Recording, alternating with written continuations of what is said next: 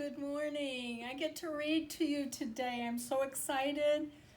And second graders, can you guess whose story I'm going to read? It's Jan Brett, one of our favorite authors. And this is called The Easter Egg.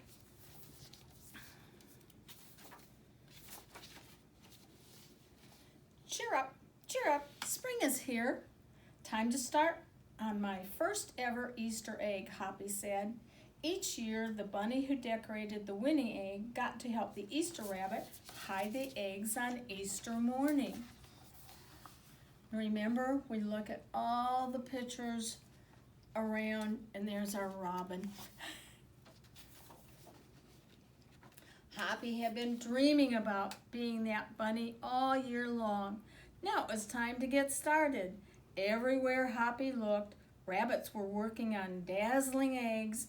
I need an amazing idea, he thought. Hoppy spotted Flora Bunny planting spring wildflowers in her eggs. The Easter rabbit will love those colorful eggs, he thought, and started picking flowers for his eggs. Here's a basket for your flowers, Hoppy, Flora said. And on each side you can see the eggs that they're doing. Chop, chop, scrape, scrape.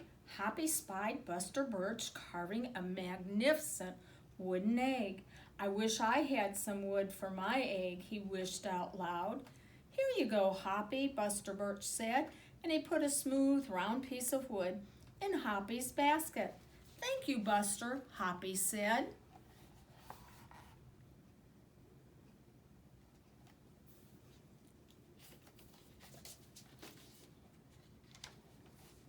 Hoppy was hopping along when the smell of sweetness led him out of the woods and straight to the chocolate egg that Aunt Sassafras was decorating with creamy frosting, squiggles, and bows. Hello, Hoppy, she said, and she put some chocolate squares in his basket. Hippity hop, Hoppy exclaimed. I'll make the Easter rabbit a chocolate egg so sweet it will make his whiskers tingle.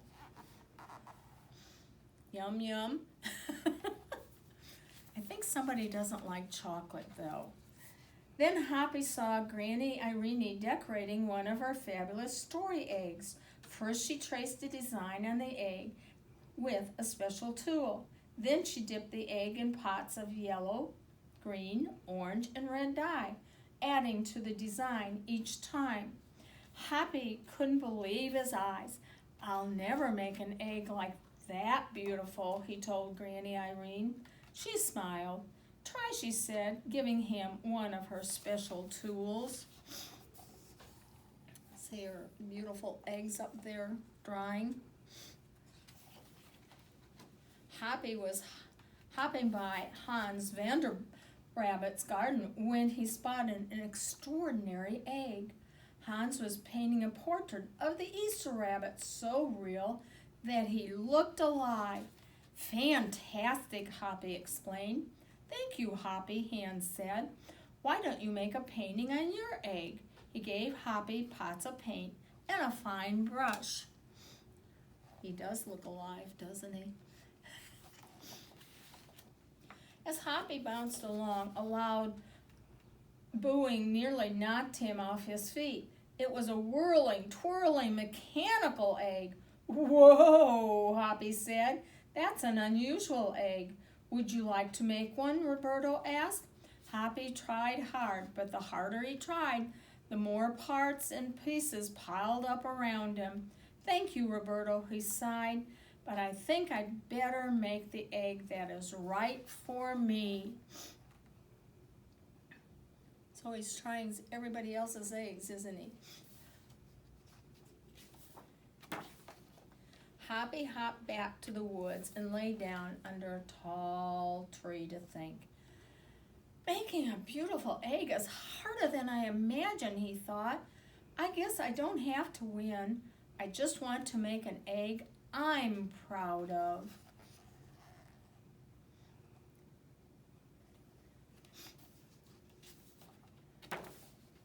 Suddenly, the woods rang with the squawking of birds sounding an alarm.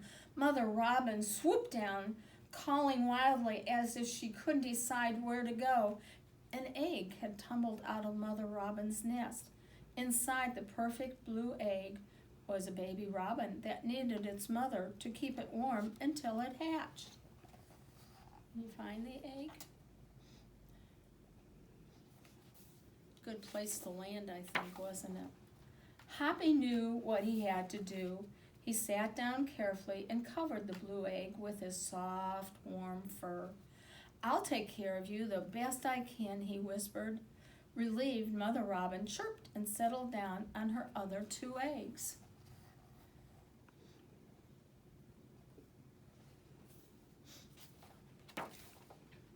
Hoppy never left the robin's egg. It was sunny and warm. He carefully turned the egg in its nest of moss. If it was rainy and cold, he kept the egg covered and dry. At night, wild animals passed by. Hoppy crouched down and stayed hidden in the ferns. Often he heard strange noises coming from above, but Hoppy didn't run away.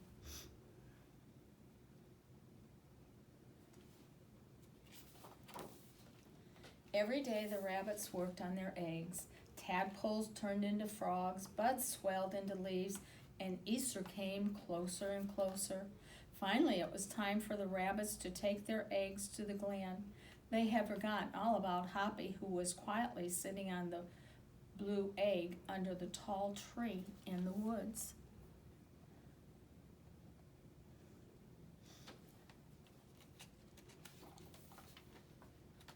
Early the next morning, the rabbits waited for the Easter rabbit. Suddenly, a beautiful wagon rolled toward them out of the mist. Here's the wagon.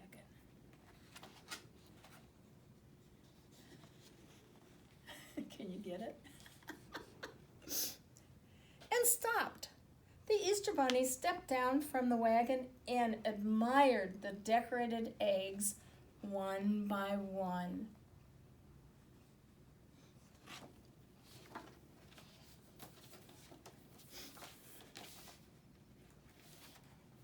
"Fill my wagon with your wonderful eggs," he said. "When I return, I'll show it to you." And he disappeared into the woods.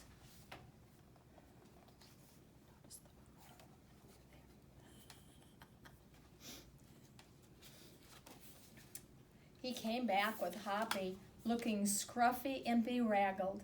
"Hoppy has an amazing egg to be proud of," the Easter rabbit told him. "He has kept Mother Robin's egg warm and safe until her baby bird hatched, and she could take care of it." The Easter Bunny placed the empty blue shell in the place of honor atop the wagon. Now they were ready to go. There's the robin's egg, baby robin's egg.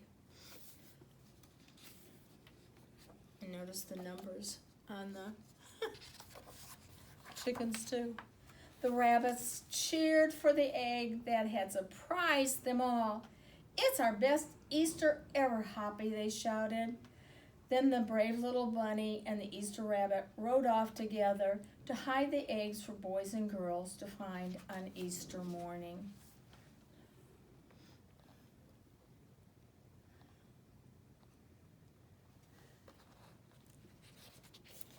And that's the end. Thank you, Mrs. Jeffrey. Well, thank you. I love reading to the kids and I miss it so much. I hope they have a wonderful Easter.